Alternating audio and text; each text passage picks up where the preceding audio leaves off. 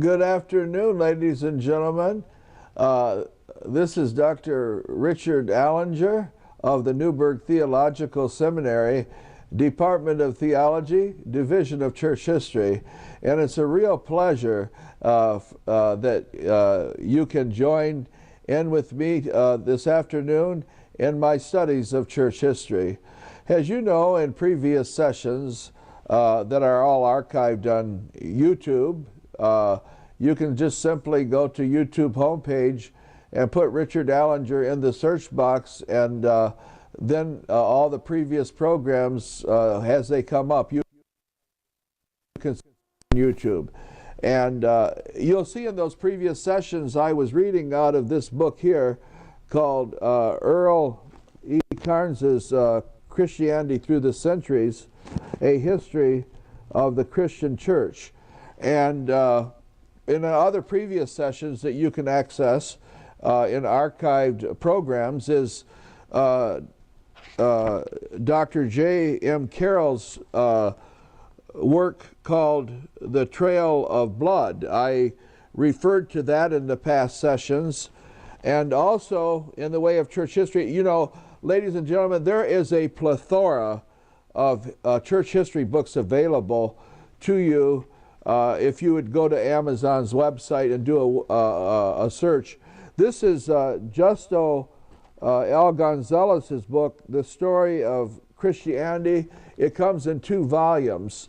And the first volume is The Early Church to the Dawn of the Reformation, and the second volume is From the Reformation to the Modern and Emerging Church of the 21st Century. And then another book that I will be sharing with you in future sessions is this very called This Day in Baptist History, Volume 3. It comes in 3 volumes, and this is done by Dr.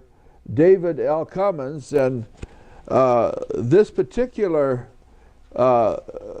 Volume 3, This Day in Baptist History, was actually signed by Dr. David L. Cummins back in June of 2006 at the Maranatha Baptist Church here locally in Flint, Michigan at 3408 Miller Road.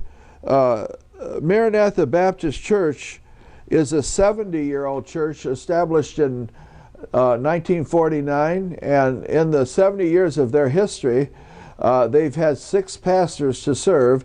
And Dr. David Cummins, before he went home to be with the Lord, he was the 4th pastor to serve, assigned the task of the directorate of the Baptist World Missions before he went home to be with the Lord. And then he published this book, which is This Day in Baptist History, in 3 volumes. It goes all the way back to the beginning of the early church, Christ and the Apostles, and it goes all the way up to our modern church that is emerging in the 21st century. Now, this particular book was copyrighted by Dr. David L. Cummins in 2006, and the publisher was the name of the publisher that actually, this book can be, if you do a search on Amazon, you'll find it. But I will refer to this in other sessions of church history. The Trail of Blood, as I said in previous sessions, was copyrighted, originally published in 1931, the Trail of Blood by Dr. J. M. Carroll. And this was following the Christians down through the centuries, or the history of Baptist churches from the time of Christ, their founder, to the present day. And as I said, it was originally published in 1931, but this particular publication, you can find them doing an Amazon search under books category. was done by the Christian Publishing Company of Middletown, Delaware, and its copyright was the 9th of March 2016. And for those interested in this book here, it just says that this little book is sent forth for the purpose of making known the little known history of those faithful witnesses of the Lord Jesus who has members of the church Jesus built, overcame Satan by the blood of the Lamb and by the word of their testimony, and they loved not their lives unto death. Revelation chapter 12, verse 11. And this book is available for you if you do a search on Amazon, and it can be purchased for very little money. And then also, this particular book here by Justo L. Gonzalez, The Story of Christianity, the Volume 1, the Early Church to the Dawn of the Reformation, has its copyright has 2010, this particular edition, 2010, and is by the HarperCollins Publishers. And the copyright was 2010, Volume 1, The Early Church to the Reformation by Justo L. Gonzalez. And I've referred to that before in some of the teachings in previous sessions. Now, today, what I want to do is take a little bit closer look at this book I've been sharing with you in the programs called by Earl E. Carnes, Christianity Through the Centuries, A History of the Christian Church. Now, this particular publication was copyrighted in 1996, the Zondervan Publishing House, Grand Rapids, Michigan. And before I get into the content of our program today, and that would be Earl Carnes's conclusion. He looks at the problems of Christianity. He looks at the patterns in Christianity and the prospects of Christianity. As I bring today's program to a conclusion, we'll be looking at that. But before we get into that particular content, I wanted to share with you the scriptures in the New Testament that was founded and are established in the blood of Christ. One of the favorite hymns of the Christian faith is, "There is a fountain filled with blood drawn from Emmanuel's veins." Well, that is the New Testament covenant established in the blood that was shed by the slain lambs of God's sacrifice before the foundation of the world was laid. And there are, if you are faithful, and if you are one of the saints of God that have accepted and been redeemed by the shed blood of the Lamb, there are 5 crowns that you can actually be rewarded with. And the first crown is called the incorruptible crown, and that's the victor's crown. And that is found in 1 Corinthians chapter 9, verse 25. And because of my time restraints on this program, you can write these down and look them up yourself. I won't be able to share them with you. Again, the first crown is the incorruptible crown, the victor's crown it is called. 1 Corinthians chapter 9, verse 25. If you will get your pencil and paper, you can look these crowns up yourself. There are 5 for you faithful ones to actually be rewarded with. The incorruptible crown are called the victor's crown in 1 Corinthians chapter 9, verse 25. The second crown is the crown of rejoicing. That would be called the soul winner's crown. And that is 1 Thessalonians chapter 2, verses 19 and 20. The third crown that you can be rewarded with for being faithful is the crown of righteousness. And that is one who loves his appearing. And you can find this crown in the New Testament's book written to Timothy personally at the hand of Apostle Paul, 2 Timothy chapter 4, verse 8. The fourth crown you could be rewarded with, saints of God, is the crown of glory. That is the crown you will be rewarded for your service and what you're doing to help advance the cause of Christ and the proclamation of his gospel in this world while there's still time. And that is called a crown of glory, and that's a crown for your service. 1 Peter chapter 5, verse 2. 1 Peter chapter 5, verse 2. And then the last crown that you can be rewarded with that is found in the New Testament is the crown of life. And this is often called the martyr's crown. And that is found in Revelation chapter 2, verse 10, and in the Epistle of James chapter 1, verses 12. Now, you knew that James was our Lord's brother, his stepbrother. He had a different dad.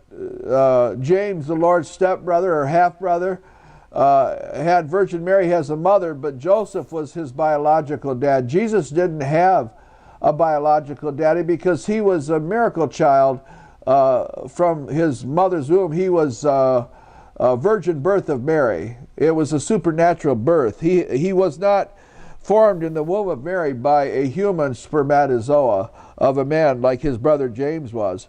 Later on, James became the bishop of the church in Jerusalem in the first century.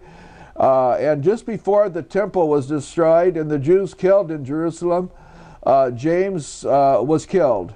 And that's when his family, Mary, his mother, and his sisters, he had 4 half-brothers and 2 sisters, they left to a city called Pella after James was killed as the bishop of the Church of Jerusalem just before the temple's destruction in 70 A.D. The Lord's family left for a city north of Jerusalem called Pella. And with that, now fast forwarding up to the 21st century and the emerging modern church that we're in now, in this post-Christian era, in this post-modern era or period that we are now living in the 21st century, Carnes looks at winds up this study of Christianity through the centuries in his conclusion by looking at the problems, the patterns, and the prospects of Christianity. He says the church has always faced problems, but the scope and intensity of its problems now seem to be greater than at any previous time in its history. With large increases in world population, and there has been a Google prediction that by the year 2050, which is about 30 years from now, the world's population will increase to 9 billion people. And as Carnes says that with the large increases of world population, with conversions to hostile non-Christian religions or cults, and with communism still a threat in some lands, Christianity faces great challenges. Yet those who become pessimistic because of these problems should remember that revival has made the church resilient. And as you know, many of the previous sessions that I have taught in lessons in church history, I have proven to you that the Reformation cannot be over, and have even published a book entitled The Reformation Cannot Be Over. And another word for Reformation is revival. It's just wanting the church to get back to what it was in the first century when the Lord Jesus himself was walking among men and his apostles. To celebrate the 500th anniversary of the historic Protestant Reformation launched by the magisterial reformers, the Dr. Martin Luther, he was actually a Roman Catholic priest, and he posted his 95 theses or indictments against the Roman Catholic Church 500 years ago, October 31st, 1517. It'll be it's just now 501 years ago. And to celebrate that historic event, and also the other magisterial reformers, such as one of my relatives on my mother's side, as you know, I'm related to John Calvin. He was Martin Luther's buddy who helped bring together the first study Bible, the Geneva Study Bible. And Martin Luther also was involved in getting the scriptures translated into a common vernacular of the people of Germany and the Lutheran church that he started in German. And John Calvin and other magisterial reformers began to translate. God's love letter had been locked up in the original biblical languages of Aramaic, Hebrew, Arabic, and Greek and Latin, and most people in their common vernacular or tongue or languages could not understand what God's love letter was all about until this historic event took place, which caused a revival or a reformation, and it was launched by what Dr. Martin Luther did and the magisterial reformers.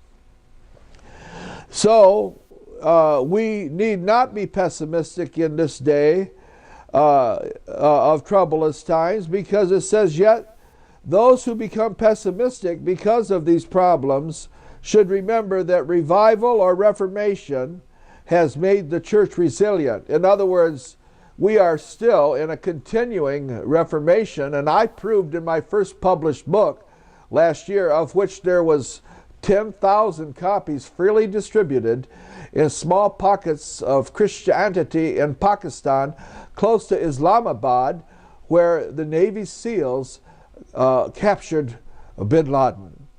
10,000 free books have been distributed there, and they said my book is so phenomenally successful. It was the first book that was ever published on the Reformation in the nation of Pakistan. And as you know, Pakistan is partitioned off from India about 70 years ago. It's not a very old nation. The Muslims and Hindus couldn't get along very well, so they partitioned off. And now we're praying for the Christians in Pakistan, and that the Pakistanis learn to like their government, because they have a new president that they're not too fond of.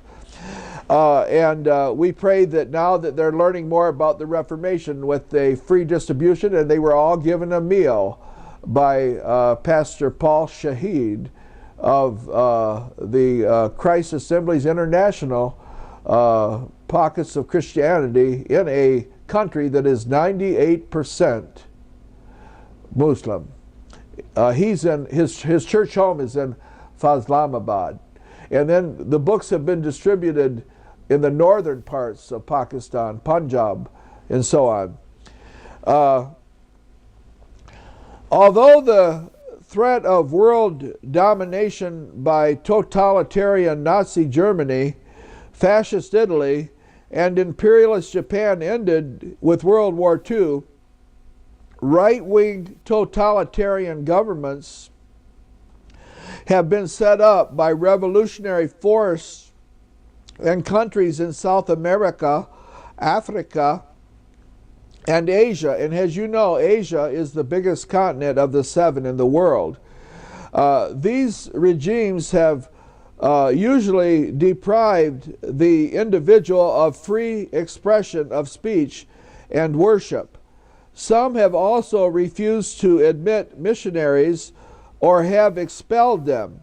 Many members of the Roman Catholic clergy have openly defied those governments in an attempt to end oppression and to set up new, often Marxist governments. Liberation theology, which emerged in Latin America, claims to be Bible-based, but it is more often involved with Marxian and Marxism ideas of Karl Marx of revolution to end oppression.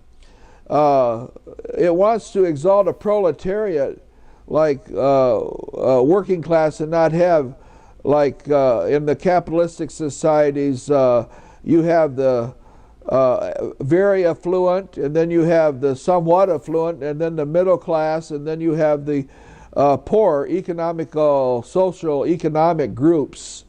And with these different socioeconomic groups that are in the Western civilization's capitalistic countries, it's nowhere near what the caste system in India is and Pakistan. They had a caste system there, but there's more upward mobility in this Western capitalism for people to have an upward mobility and increase the amount of money that they can make and attain to a higher standard of living. And it's not really so oppressive that you can't have upward mobility and seek to be educated and things like that.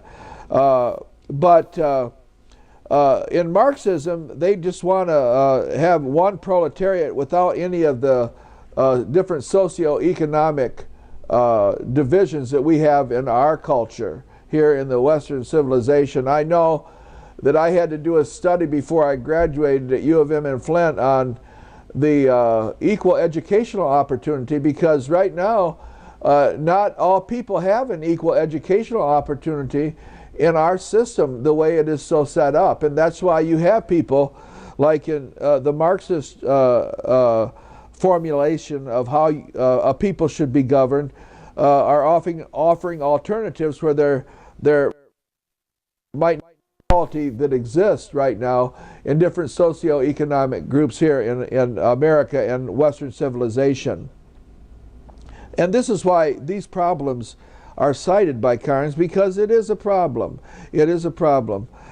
Some have also refused to, it says here, some have also refused to admit missionaries or have expelled them. Many members of the Roman Catholic clergy have openly defied those governments in an attempt to end oppression and to set up new, often Marxist governments. Liberation theology, which emerged in Latin America, claims to be Bible-based but is more often involved with Marxian ideas of revolution to end oppression. Missionaries are caught between their sympathy for the oppressed and poor and their status as guests in the country. Contextualization of theology to escape Western imperialism has also become an issue in Latin America, Africa, and Asia. Should contextualization be an application of biblical principles to the indigenous culture, or should theology always be worked out in the context of oppression and a new order?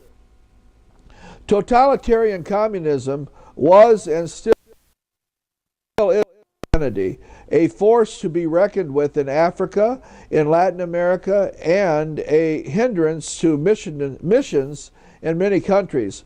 Communists remain in power in Cuba, North Korea, and China. Not only is communism a social, economic, and political system, but it also has religious overtones with its message of people unitedly seeking by violence a better world order whose coming in their thinking is inevitable. Now, I have to say here that even Malcolm X, before his assassination in 1964, believed that blacks should continue to be violent until change came that would be more favorable for their concerns. This is what he was talking about before he was assassinated. Or in the last minute of this particular session, I just wanted to say that the communists seized power through a minority of dedicated persons backed by an armed force or the threat of such force. It holds sway over more than 1/3 of the world's population through clever use of modern techniques of revolution and mass communication. Now with that, I will pick up in the next session looking at some of the problems that Christianity faces now here in the emerging 21st century. This is your friend Richard Allinger saying goodbye, friends.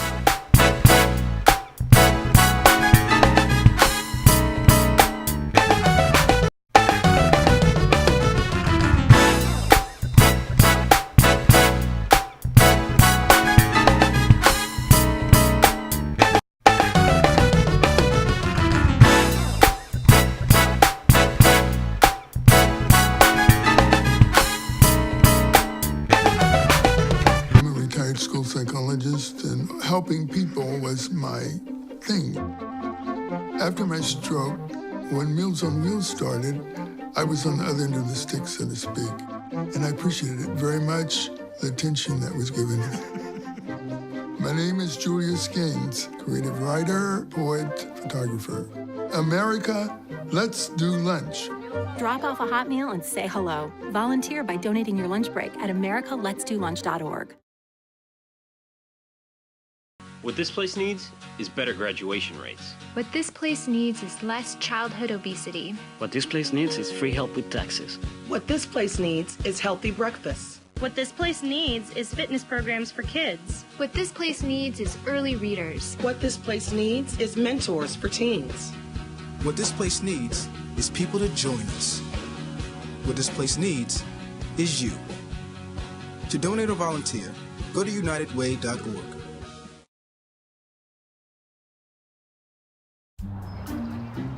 Don't worry, 74 people were picked before me in the NFL draft.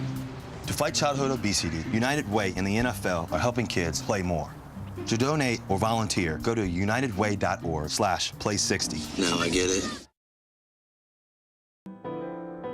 It's like when you barbecue. Down underneath all the white ash, there's a little coal still burning. And from that coal, the fire can be built again. Flint is rising out of the ashes, and the coal is our farmer's market. Real food, real community. The Flint Farmer's Market, all winter long.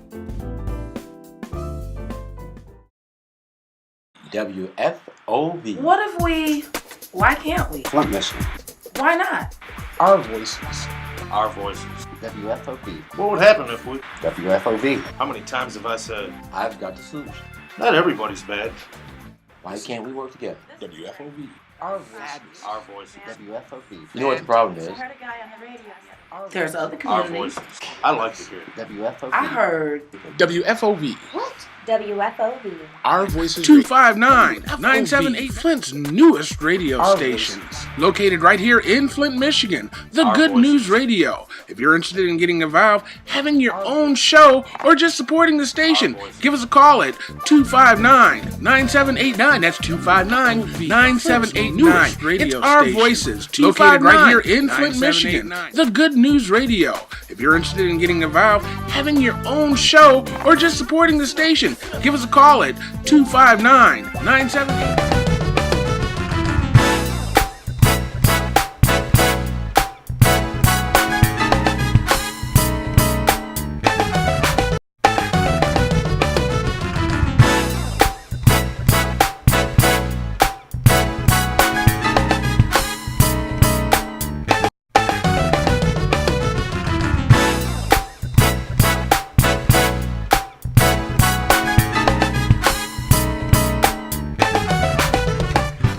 Well, good afternoon, ladies and gentlemen. I'm so glad you could join me for Lessons in Church History. I'm your host, Dr.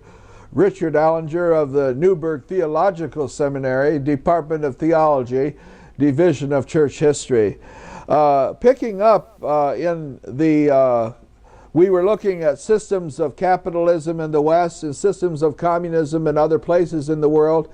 We were looking at what Earl E. Carnes was winding up his study of some of the problems that face Christianity today in the emerging modern church of the 21st century, Christianity through the centuries. And before I go back into the text, looking at these different systems of fascism, communism, Sharia, and the capitalism, the Western civilization, different economic systems and different government systems, a lot of evangelists in America have said that the gospel will only go as far as the dollar will take it. And one of our local, here in Flint, Michigan, Black history scholars, shepherdess Catherine Hunter Williams, she said, Richard, she said, Dr. Richard, she said, you know, that's sad, but it's true. The gospel in many instances will only go as far as the dollar takes it. But you have to remember also, too, that in Zechariah chapter 4, I can't go there with you, but in the Old Testament, the minor prophet Zechariah chapter 4, verses 1 through 10 says, not by power, not by might, but by my Spirit, saith the Lord. It's all about the Spirit. So I don't know if that statement about the gospel will only go as far as the dollar bill will take it valid. Because if you read Zechariah in the Old Testament, minor prophet, chapter 4, verses 1 through 10, it says, not by power, nor by might, that means a lot of money, but by my Spirit, saith the Lord. You know, the Lord Jesus has been building his church for a mighty long time, and he said the gates of hell shall not prevail against it. That's why I want to get back to the text here. Not only is communism a social, economic, and political system, but it also has religious overtones with its message of people unitedly seeking by violence a better world order whose coming and their thinking is inevitable. Communists seize power through a minority of dedicated persons backed by armed forces or the threat of such force. It holds sway over more than 1/3 of the world's population through clever use of modern techniques of revolution and mass communication. And as I said in a previous session, Google predicts that by 2050 AD, the world's population will grow to 9 billion. The rise of the democratic welfare state in the West also has created problems for religious groups. Any limiting or ending of tax-exempt contributions to Christian groups or charity, a common topic of discussion today, would probably reduce the level of giving. Governmental regulation of schools established by Christians has hampered them in the expression of their religion in spite of the protection of the First Amendment of the United States Constitution. The Supreme Court has essentially barred most expression of the Bible and delineation of morality in public schools. Free political expression in politics for Christians is under attack by liberals. Religion is threatened with becoming only a private matter to be practiced in church on Sunday or in the home.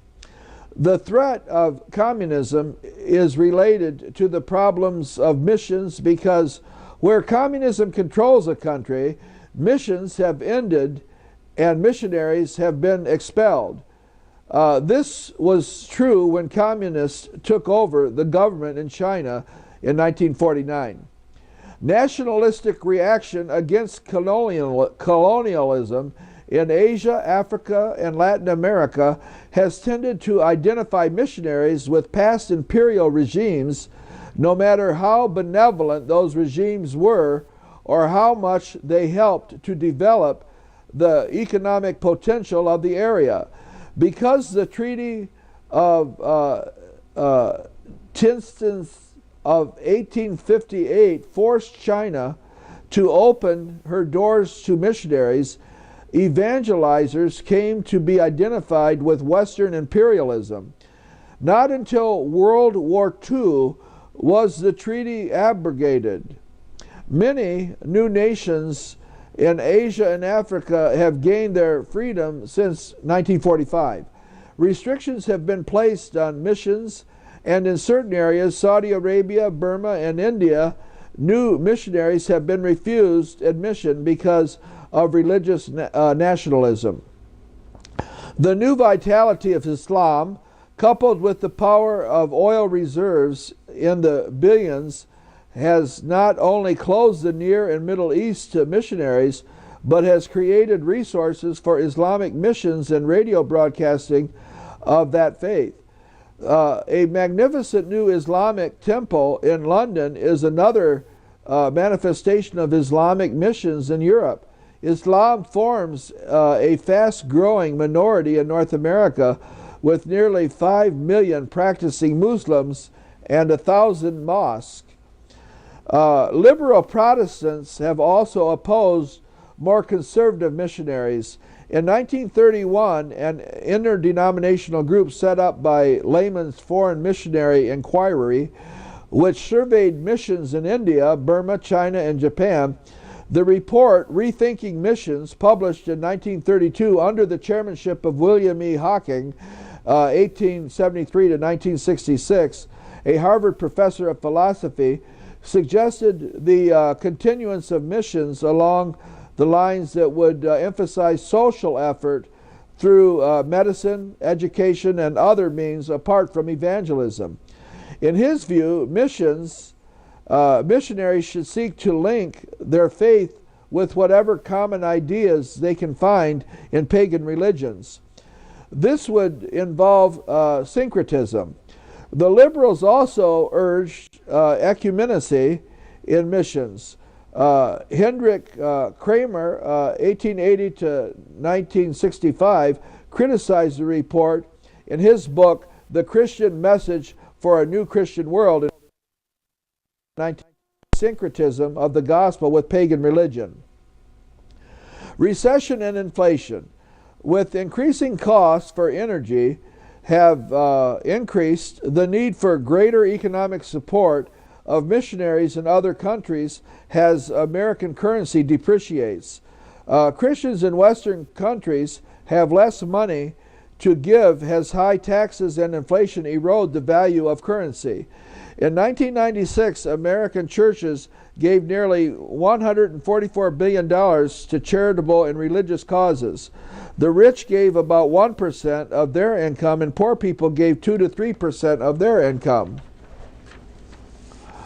Over 20% of all missionaries in the world come from the United States, to whose religious people they look for support. The number of American missionaries declined by about 20% from 1988 to 1992. An increase in sexual immorality, drunkenness, divorce, and unmarried couples living together, along with a decline in the moral tone of many radio and television programs, threatens the stability of the family in the West.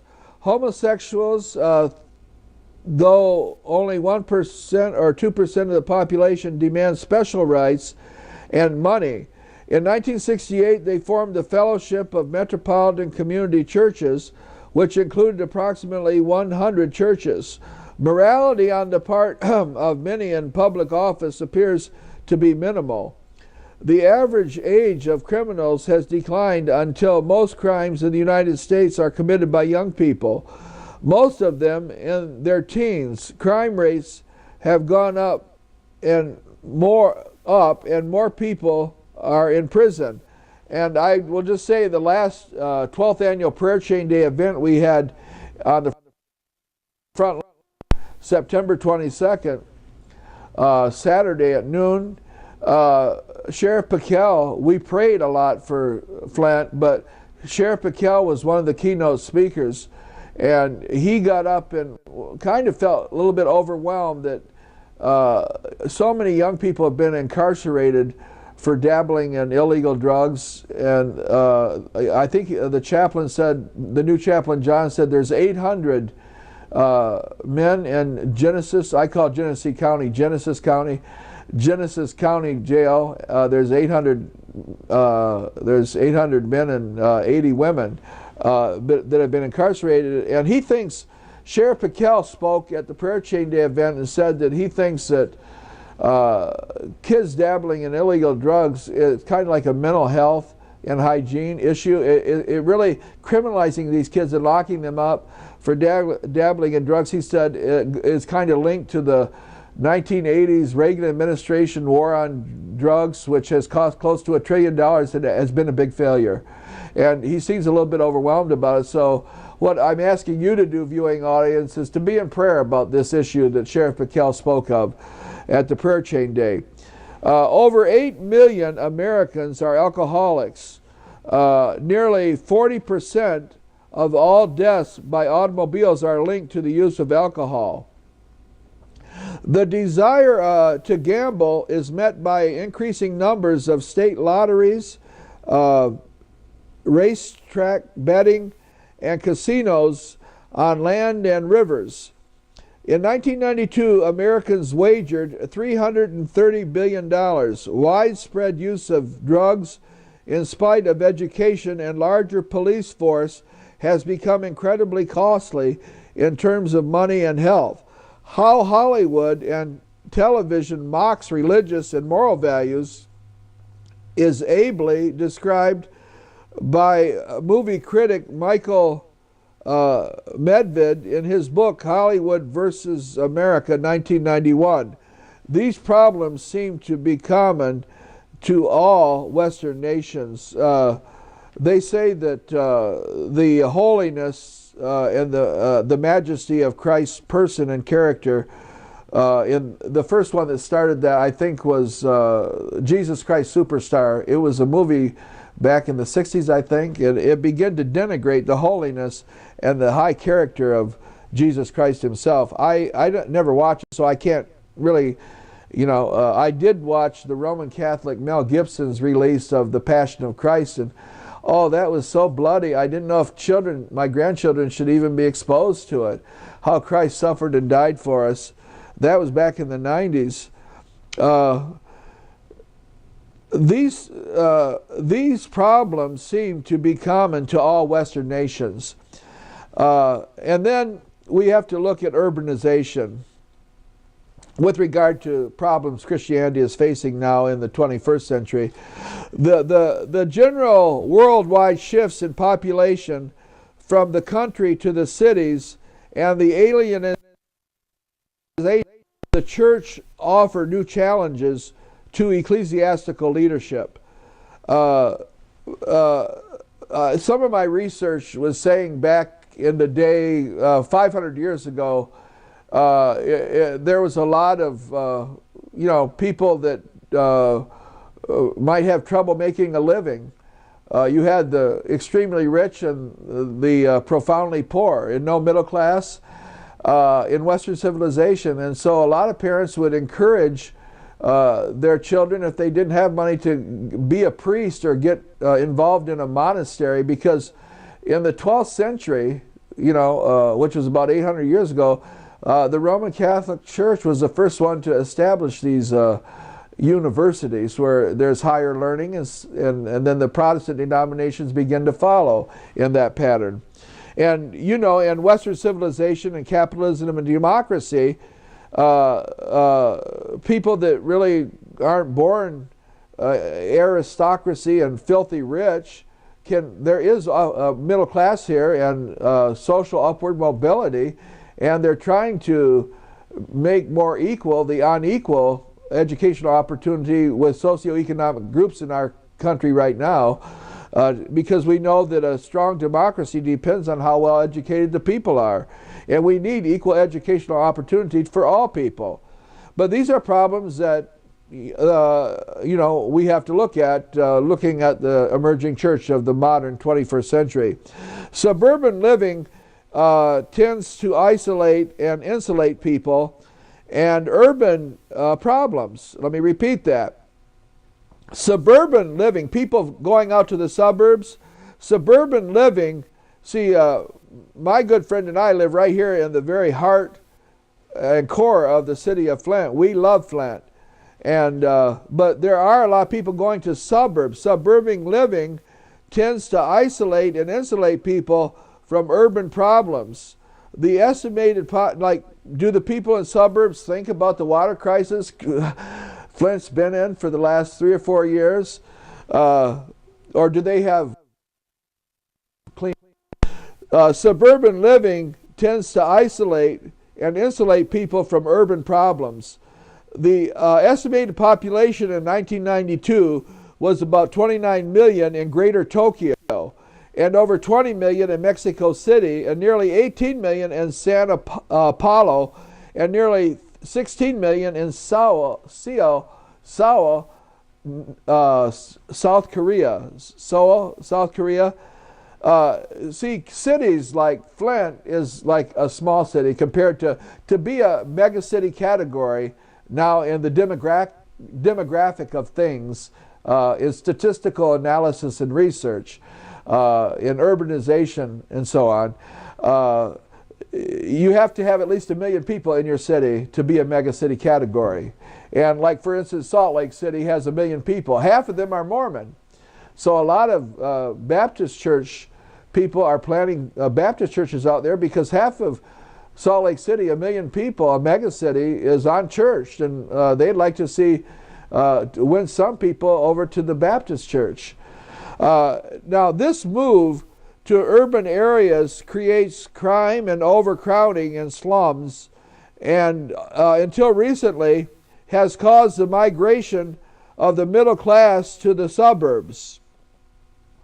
With the increase of black and other ethnic enclaves in cities in South Africa and the United States, it is fortunate that the church is rapidly developing new urban ministries.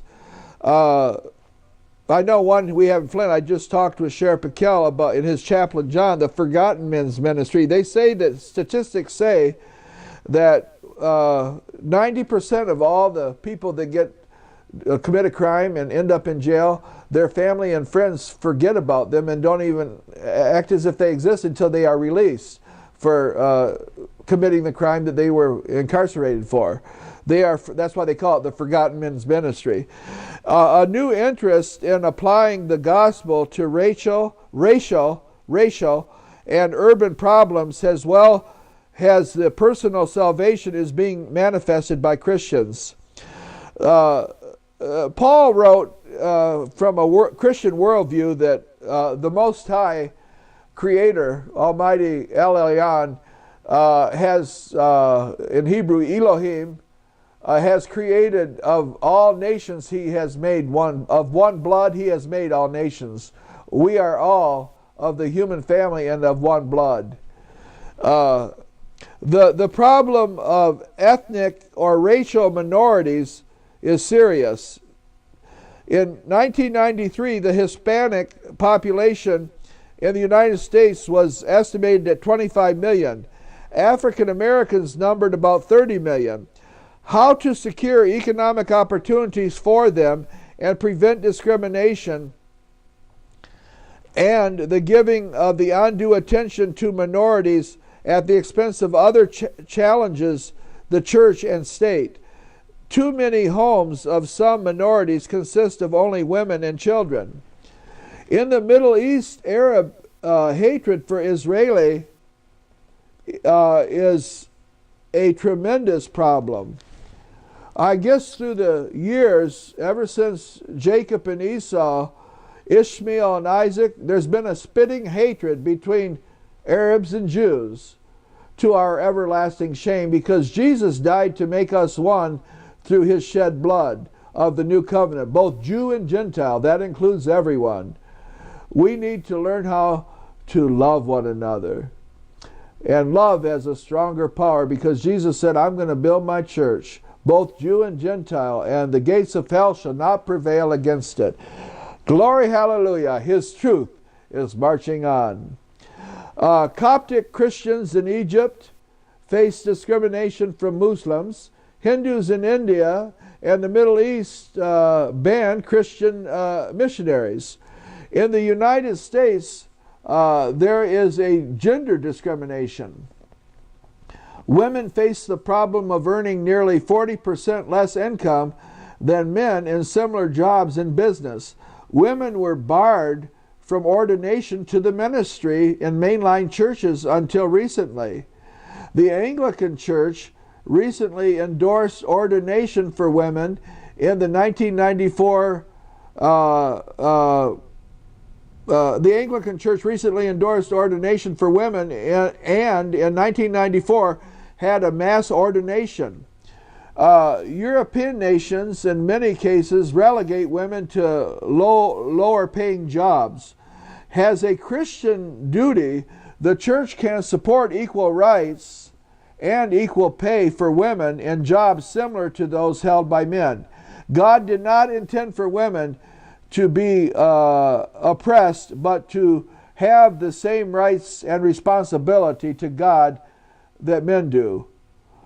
I think the Lord, when He said, I speak of man in my word, that refers to women as well. Man shall not live by bread alone, but by every word that proceeds out of the mouth of God. That's what Jesus said. When He says man, He means woman also. And as you know, if it wasn't for a woman, we wouldn't be here. It was a man and a woman in the beginning. And the first person that Yeshua, Isa, appeared to after He was resurrected from the dead, having taken the keys of death and hell from Satan, having descended into hell, and he came back from the dead and appeared to a woman first, and He said, all power has been given to me in heaven and earth. Go and tell. So women are central in the good Lord's overall redemptive plan. Even Virgin Mary, the high archangel Gabriel said, in all generations shall call thee blessed, and the fruit of thy womb Jesus. That's why the Catholics always remember to pray to be remembered in the hour of their death with regard to the supernatural incarnation and virgin birth of this woman called Mary, or as we know as Virgin Mary. Her virginity, we as Baptists or fundamentalists interpreting the scriptures do not agree with the Pope's infallible decree that her virginity is perpetual. Well, we do not believe that. We believe that's the Pope's interpretation, and it's erroneous, because Virgin Mary, according to the last verses in Matthew chapter 13, had 2 other daughters and 4 other sons, so her virginity wasn't perpetual. But you know, the Protestants and the Catholics don't see eye to eye, and never have. They've had a 500-year standoff, and that's what I just wrote my book about, that I hope that I'm going to have published in English and encrypted on the internet so it can be obtained. I proved that the Reformation cannot be over. But getting back to the problems of the church, in the last minute of this particular session, has a Christian duty. The church can support equal rights and equal pay for women in jobs similar to those held by men. The Lord did not intend for women to be oppressed, but to have the same rights and responsibility to God that men do. And what I want to do is pick up with the environment and the problems it also poses for the emerging Christian church of the 21st century, and then look at the patterns in the next sessions of the Christian church and also the prospects. For now, though, I'm going to have to close. This is your friend, Richard Allinger, saying goodbye, friends.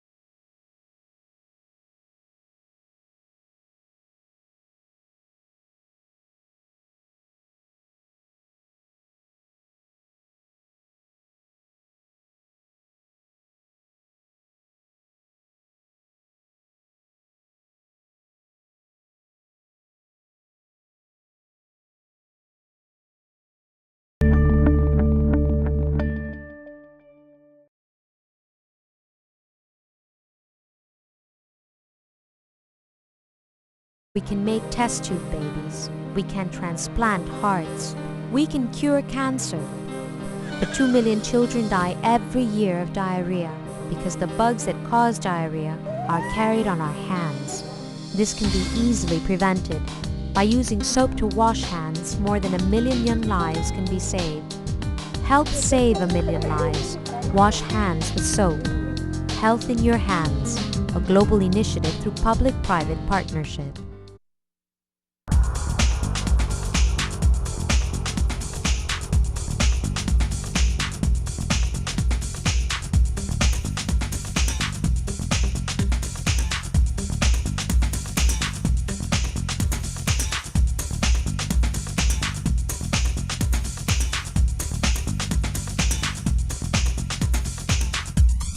Capture your future at Mott Community College.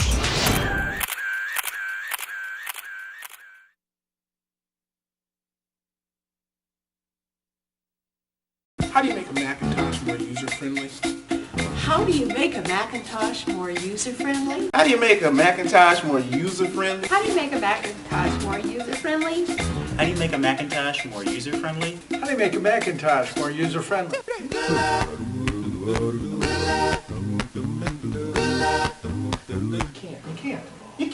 You can't. How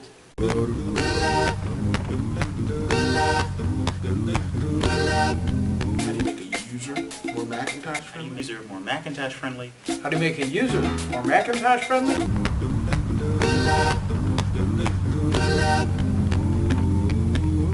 Flint Apple Club.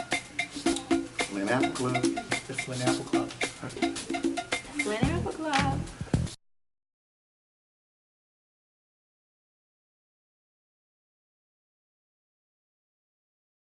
WFOV. Why can't we? Flint, Michigan. Why not? Our voices. Our voices. WFOV. What would happen if we... WFOV. How many times have I said... I've got the solution. Not everybody's bad. Why can't we work together? WFOV. Our voices. Our voices. WFOV. You know what the problem is? I heard a guy on the radio. There's other Our communities. voices. I like to hear it. WFOV. I heard. WFOV. What? WFOV. Our voices. 259-978 Flint's newest radio station. Located right here in Flint, Michigan. The Good News Radio. If you're interested in getting involved, having your own show, or just supporting the station, give us a call at 259-9789. That's 259-9789. It's Our Voices. Located right here in Flint, Michigan. The Good News Radio. If you're interested in getting involved, having your own show, or just supporting the station, give us a call at 259-9789.